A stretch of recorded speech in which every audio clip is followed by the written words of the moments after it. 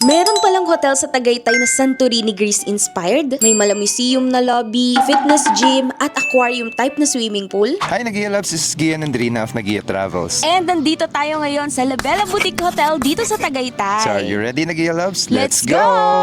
For today's vlog, nag-check-in kami dito sa La Bella Boutique Hotel para ma-experience ang lamig ng Tagaytay weather. And yung theme dito, Santorini Greece-inspired. Nag-book kami ng suite with 3 bedrooms na super spacious, may malinis na toilet and bath, maaliwalas na living area, at may mini kitchen pa. Perfect talaga for families or barkada staycation. Pagdating mo pa lang sa lobby, mapapansin mo na agad yung aesthetic museum vibe nila. Ang daming artworks at picture-perfect spots. May mga libangan din tulad ng table football at songka. And if gusto mo naman mag-workout, may fitness gym din sila dito. Kung bet mo naman mag-swimming, kilala ang La Bella sa kanilang aquarium-type swimming pool. Kaya for sure, pwede kayong umawra dito. At ang nice pa ha, kasi may convenience store na sila dito. May mga restaurants din dito tulad ng Di Ali na masarap ang coffee and snacks. At La Merceditas na solid pagdating naman sa Pinoy food. Kinabukasan, nag-breakfast naman kami sa Bodhi Cafe. Treehouse inspired siya at may roof deck pa for a relaxing nature view. So kung gusto nyong mag-relax at mag-unwind sa malamig na weather ng Tagaytay, book your stay at La Bella Boutique Hotel na located at Purok 136, Barangay Niogan, Alfonso, Tagaytay. Go travel! You deserve it! Follow us for more videos! Bye!